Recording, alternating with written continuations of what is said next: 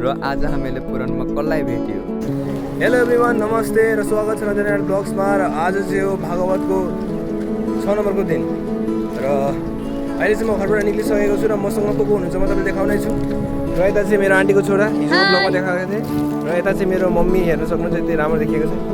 र यता चाहिँ मेरो बहिनी र बहिनी चाहिँ अघि मैले लिएर आएको र अनि अनिश भाइ चाहिँ यता छ।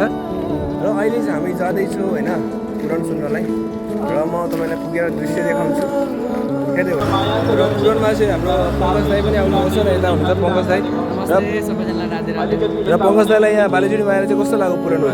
बालीजुरीमा मतलब आएर यस्तो धेरै राम्रो हो, किनभने मैले बालीजुरीको लागि बहुत अगाडि जब म नेपालीमा कन्टेन्ट बनाउँथेँ त्यति बेला मैले भनेको थिएँ बालीजुरीको केटीहरू यस्तो राम्रो हुँदैन, सायरी बनाएको थिएँ कि त्यहाँदेखि आउन मन थियो। आज भगवान्को कृपाले अब आयो होइन।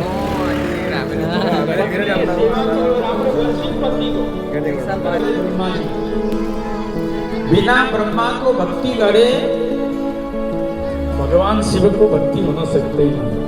बिना शिव को भक्ति करे भगवान विष्णु को भक्ति कर नहीं सकते।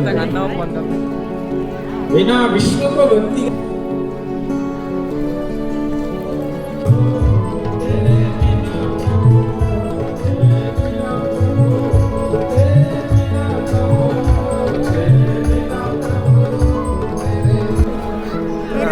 आज निर्मला दिदी केही भन्दैन त अलिकति। र हाम्रो भाइले पनि धेरै कष्ट गरेर भिडियो बनाउँदैछन्, नयाँ नयाँ पनि सबैले सपोर्ट गरिदिनु होला। धेरै माया और उसको प्राप्त करे। धन्यवाद। र यता बुइनीहरू पनि छ नि, हेर्न सक्नुहुन्छ। र अहिले चाहिँ हामी आएको छौँ पानीपुरी खान। पानीपुरी चाहिँ हाम्रो बहिनीले खिलाउनु आँटेको छ। ओ बहिनी, पानीपुरी खिलाउने वाला बहिनी यता हेर्न सक्नुहुन्छ। र खानेमा चाहिँ एउटा यो किचुवा चाहिँ यो र यतापट्टि चाहिँ काकाले पानीपुरी अब रेडी बनाउँदैछ। र पानीपुरी खाएर हामी आउँछौँ कीर्तन भएको ठाउँमा र हेर्न सक्नुहुन्छ सबैजना उठ्नुभएको छ र अहिले चाहिँ आरती चल्दैछ। र मेरो स्वर चाहिँ एकदम खराब भएको छ, के गर्नु गाइस, चिच्याएरै होला न के हो, सर्दी खोकी लागेर मेरो भोइस एकदम खराब भइसकेको छ। त्यही पनि म भिडियो बनाउँदैछु, हजुरहरूले मलाई लाइक सपोर्ट गर्नु होला। र आरती सकेपछि गुरुजी पनि निक्लिन्छ र हेर्न सक्नुहुन्छ गुरुजीको आशीर्वाद लिनुलाई यहाँ मान्छेहरू कस्तो भक्तजनहरू लाइन लागिराख्नु भएको छ। र हेर्न सक्नुहुन्छ के गर्नु, त्यस्तै होइन, गुरुजी भनेको गुरुजी नै हुन्छन्। र हामी पनि यहाँ आरतीहरू ताप्छौँ र आरतीहरू तापेर अब हामी पनि जान्छौँ खाना खानेतिर।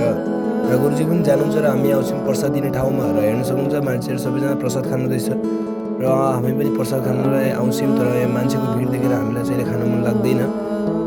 र पङ्कज दाईहरू चाहिँ अगाडि गर्नुहुन्छ र हामी चाहिँ पछि छौँ। र आजको भिडियो चाहिँ यति मसम्म गर्छु र हामीलाई like comment share subscribe follow गर्नु होला।